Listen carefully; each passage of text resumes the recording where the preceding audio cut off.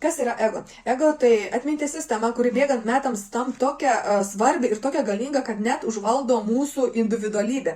Dabar pabandysiu paaiškinti. Tai vieno ar kito įvykio suvokimas, kuris buvo užregistruotas mūsų atmintį.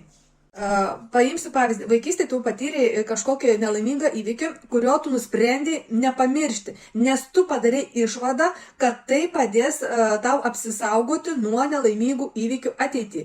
Ir ta išvada ir yra įsitikinimas.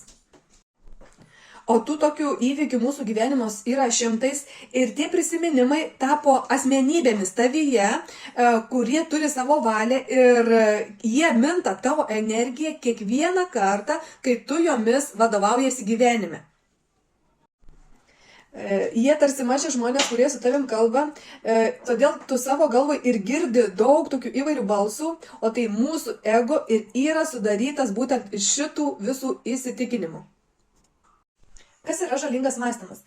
Dabar paimsiu pavyzdį. Tarkim, mažas berniukas, kuriam sunkiai sekės skaityti, nuolat iš tėvų girdėdavo tokius žodžius, kad tu pernelyg išsiblaškęs, tu niekam tikęs, nieko nepasieksi gyvenime ir taip toliau. Žinoma, tam berniukui būdavo labai skaudu ir jis kentėdavo, tad nusprendė, kad tuo tikės visą gyvenimą. Ir kiekvieną kartą, kai jis norės kažko išmokti arba imtis naujos veiklos, tas balsas jo galvoje visą laiką primins, kad jis niekam tikęs. Toks įsitikinims šitą berniuką tarsi apsaugo nuo kančios ir mėgina sutrukdyti imtis bet ko, kas tai bebūtų. Tai va toks įsitikinims ir bus tas ego dalis ir visą laiką pateiks įvairių pasiteisinimų, kodėl tas berniuks nieko nedaro. Pasiteisinimai būtų tokie, pavyzdžiui, kaip manęs tas nedomina arba ten tam netėjo dar laikas ir taip toliau. Koks jau suaugusio to berniuko mąstymas ir tam tas žalingas mąstymas.